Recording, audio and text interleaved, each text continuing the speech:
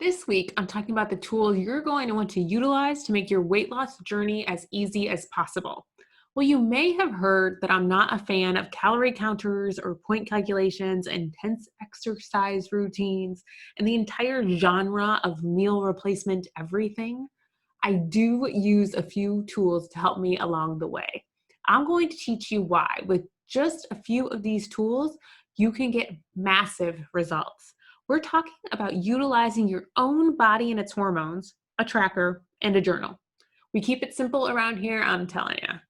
I'll go ahead and drop the timestamps below so you can skip around at your leisure. Otherwise, here we go. Tool number one, your body and its hormones. It's funny because I think there was a time in the not so crazy distant past that this wouldn't have even been worth mentioning. Of course, your body needs to be on board. How do we get it there? These days, though, we've been led to believe that trusting our body to do the heavy lifting or even have input on our weight loss journey is a recipe for disaster. Luckily, this isn't a huge problem we have to overcome. We just have to get back to eating foods our body recognizes and knows what to do with, and it can take back over. Our hormones actually were designed to tell us when we're hungry and signal when we're full. We can reset our bodies so that they easily switch to using our excess fat for fuel. It's exactly how your body was meant to work. Once we get everything out of the way that doesn't work with our body systems and abilities, it all gets a lot easier. The whole time I struggled with my weight, I think I knew somewhere deep down that ignoring my body wasn't the answer. Getting on the same team was. All right, next up, you're going to want a tracker. Don't worry, there will be no calorie counting or macro calculations involved. You just need to measure your results so you can adjust when things aren't trending in the direction you're going for. You want to be on top of what's working and what isn't. Don't fall into the trap of only watching for that weight to go down.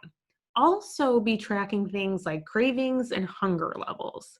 I personally just judge it on a scale of 1 to 5 on a daily basis and then take note of what might be causing those numbers to go up if and when they do.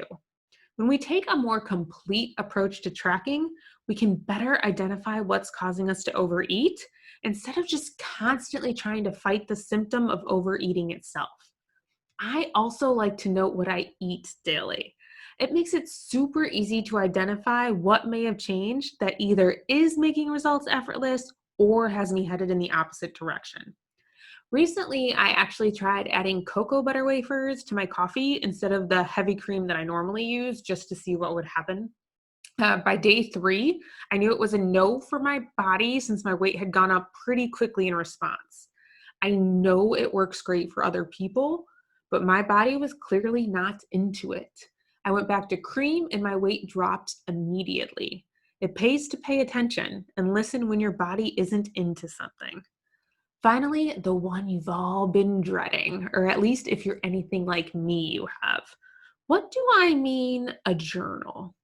I know, you're worried I've crossed into woo territory. Not this time. Just hear me out. Your brain is deciding what's important all day long. It's making all your decisions. There's a heck of a lot of inputs at any given moment, and your goals are going to have a tough time beating out the smell of a Cinnabon or a pizza or whatever might be wafting by at the moment.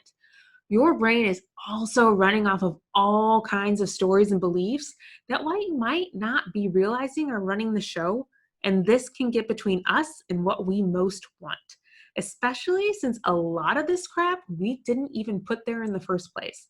Someone just told us and we signed on.